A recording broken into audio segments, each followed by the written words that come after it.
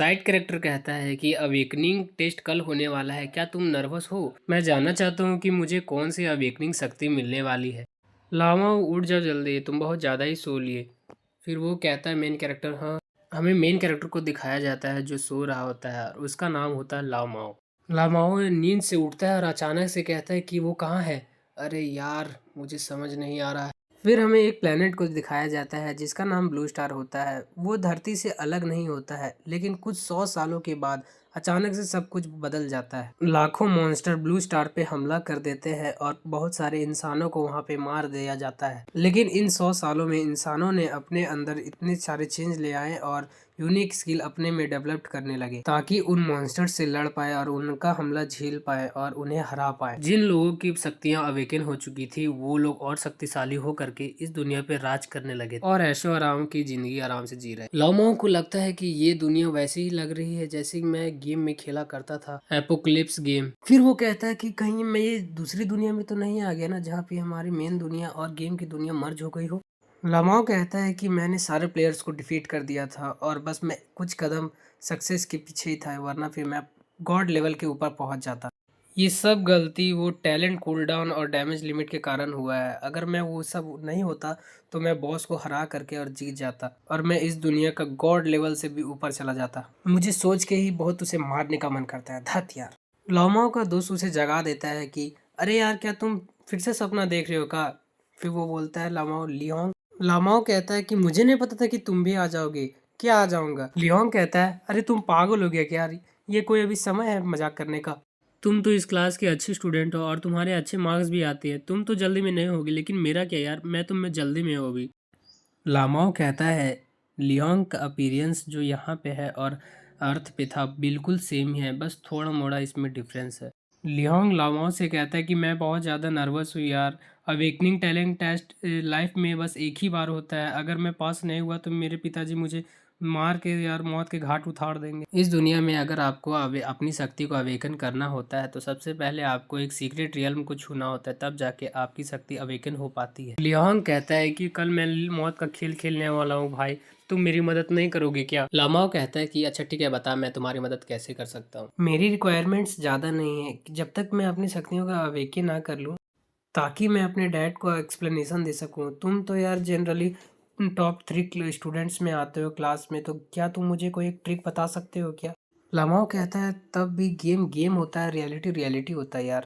अगर मैं जो दुनिया में एक्सपीरियंस करता था और मेरी स्किल जो वहाँ रहती थी, तो पता नहीं कि ये दुनिया कितनी एपोकलिप्स से जुड़ी हुई है। मुझे खुद से कंफर्म कर लेना चाहिए। लामाओ, क्या तुम्हारे पास कोई तरकीब है यार? अरे उतना सोच मत यार, तुम्हारे साथ सब सही होगा। ठीक है, मैं जा रहा हूँ सीक्रेट रियल्म के पास और वहां पर जाकर के तुम्हारे बारे में कुछ सोचता हूँ। जाओ जाओ लामाओ।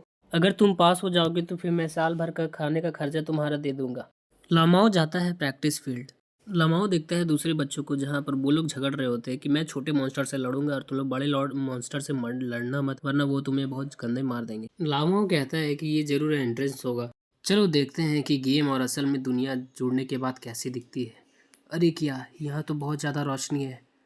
ओ भाई, ये तो कुछ अलग ही सीन है यहाँ पे।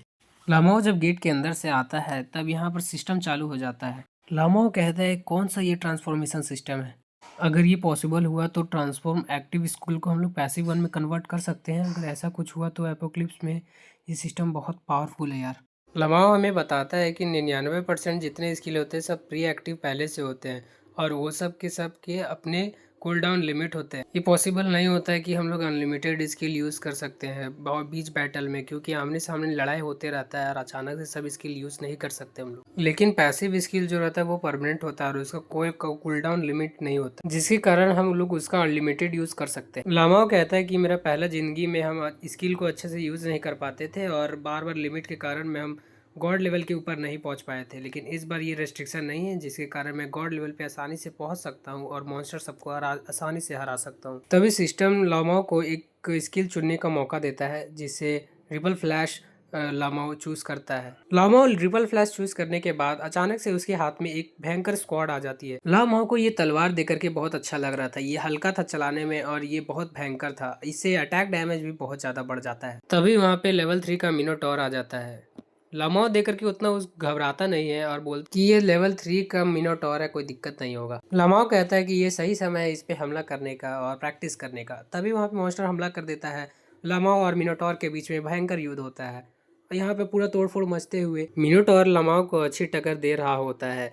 और ये मिनोटॉर भी सोचता है कि ये तो कुछ अनएक्सपेक्टेड है, ये ह्यूमन। लामाओ अपनी पुरानी स्ट्रेटजी का यूज करता है जो उसने पुराने लाइफ में अपने सीखा था। लामाओ अपने स्वॉर्ड से मिनोटॉर पे हमला करता है लेकिन उतना ज्यादा फर्क नहीं पड़ता है।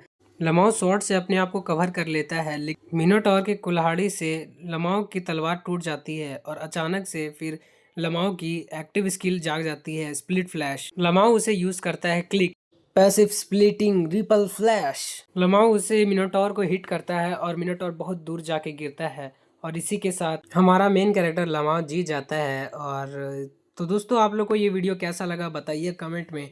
और आप लोग को अगर ऐसा और भी वीडियो देखना है तो प्लीज़ सब्सक्राइब और कमेंट करिएगा, तब मैं जानूंगा यार कि वीडियो डालना है।